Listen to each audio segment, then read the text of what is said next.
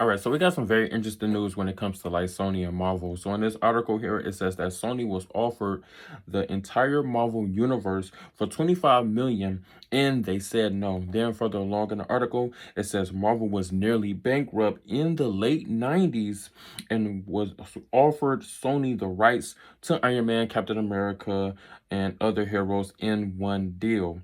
Now, Sony turned down the other heroes and bought only Spider-Man for 7 million and leaving the rest behind. So, with that being said, so according to this article, apparently at the time, like Sony had the deal on the table to like, take these heroes and stuff like that and everything, and to, have them to where like how they did like the Spider-Man universe, of course, but they turned it down, of course.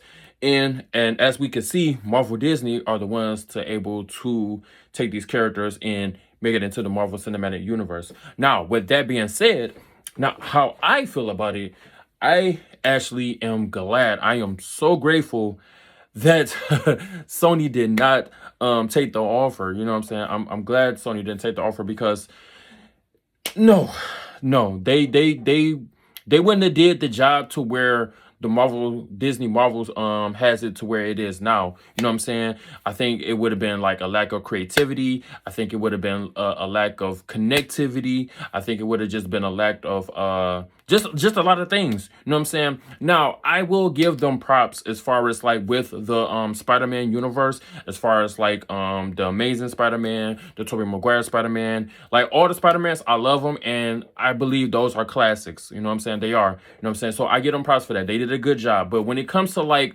just other like characters, like when we talking about like the spin-off characters for like the Spider-Man universe, of course, no, no, no.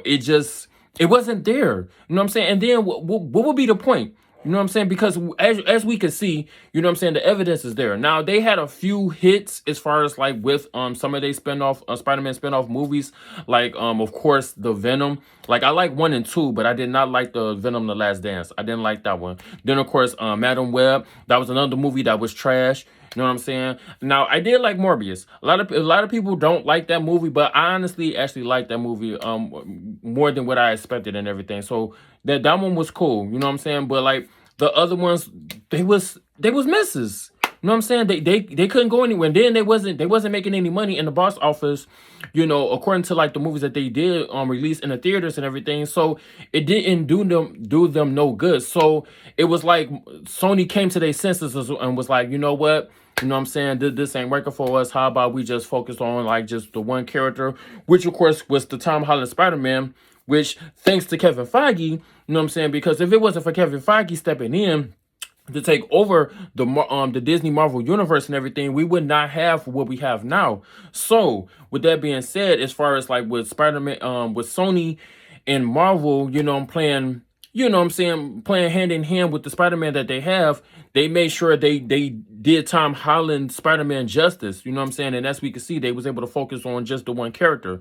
So, and you know what I'm saying? So if they would have listened a long time ago, they probably wouldn't have had the misses that they had with the spin-off Spider-Man movies that they had made. You know what I'm saying? Because like I said, they was flops, they was misses. They didn't do anything with that. And like I said, if they would have took over the Marvel Cinematic Universe, everything just would have been sloppy, would have been a hot mess. Just the characters would have been all over the place as far as the origin stories. You know what I'm saying? And like no, no, no. So I am completely grateful that Kevin Feige stepped in while he could, you know what I'm saying, and was able to put together this Marvel universe and to have these amazing characters that we have now to like see them in live action and to, you know what I'm saying, and to see how they interact and all the other good things. You know what I'm saying? So yeah, I'm just no, this just was not it for Sony. This was not it, and thankfully, I'm glad that they passed up on this. You know what I'm saying? Because they would not did any of the characters that we have in the Marvel Cinematic Universe any type of justice whatsoever. But that's just my thoughts on it. You know what I'm saying? That's my thoughts on it. I just wanted to happen to rant about it a little bit. You know what I'm saying? Because I just feel like that we wouldn't. we wouldn't have the stuff that we have. Even the stuff that's even weak, that that I really didn't care for, like Thor Love and Thunder. You know what I'm saying? I still enjoy watching that movie, you know what I'm saying, for what it was for. You know what I'm saying? But that's just me. But let me know what you guys actually think about this news in the comment section down below. How do you actually feel about Sony actually turning down the offer, as far as like the Marvel characters that they could have had in their Sony universe and everything? Do you think it was a good move for Marvel Disney to take that offer and to put these characters together to where what we have now? Or do you think that Sony should have actually took these characters, and you think they would have been better off, doing a better job than Marvel Disney? Let me know in the comment section down below.